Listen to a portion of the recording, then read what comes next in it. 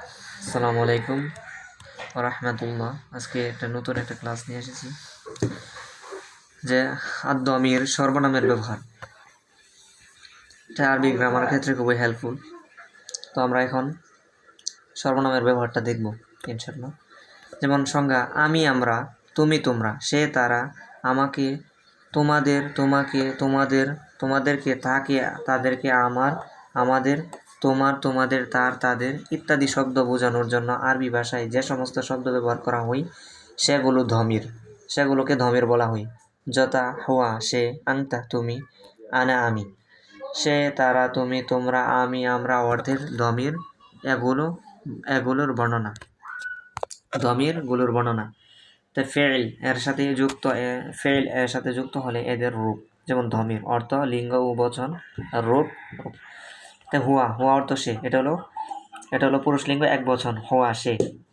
হমা তারা পুরুষলিঙ্গ দুই বচন, হোম তারা পুরুষলিঙ্গ দ্বিবচন দুইয়ের অধিক।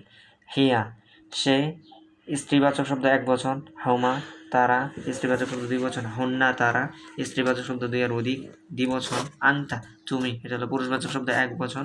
আংতুমা তোমরা পুরুষবাচক শব্দ দুই বচন। আংতুম তোমরা পুরুষবাচক শব্দ দুইয়ের অধিক। যেমন আংটি তুমি স্ত্রীবাচক শব্দ এক বচন, যেমন আংতুমা তোমরা স্ত্রীবাচক শব্দ দুই বচন। তো অপর পৃষ্ঠায় যাই। তো অপর পৃষ্ঠার মধ্যে আছে আংতুন্না তোমরা স্ত্রী দুইয়ের অধিক, যেমন আনা, যেমন আংতুন্না তোমরা স্ত্রী দুইয়ের অধিক। আচ্ছা, এখন যাই যে এটা টোটাল মুখস্থ করে ফেলবেন, যেহেতু এটা সর্বনামের ব্যাপারটা। যেমন আমরা এটা করি সকল পড়েন। যেমন হোয়া সে, হোমা তারা, হোয়া সে, হোমা তারা, হোম তারা, হোয়া সে, হোমা তারা, হোম তারা, হোম তারা, হোয়া সে, হোয়া সে, হোমা তারা, হোম তারা, হিয়া সে, হ্যাঁ হোমা তারা, হন্না, আংতা, আংতুমা, আংতুম, আংতি, আংতুমা। হোয়া হোমা হোম হিয়া হোমা হন্না, আংতা, আংতুমা, আংতুম, আংতি, আংতুমা। হোয়া হোম হোয়া হোমা হোম হিয়া হোমা হন্না, আংচা, আংতুমা, আংতুমা, আংতুম, আংতি, আংতুমা। অপর পৃষ্ঠায় যাই। অপর পৃষ্ঠা হলো যে দমির অর্থ লিঙ্গ বচন।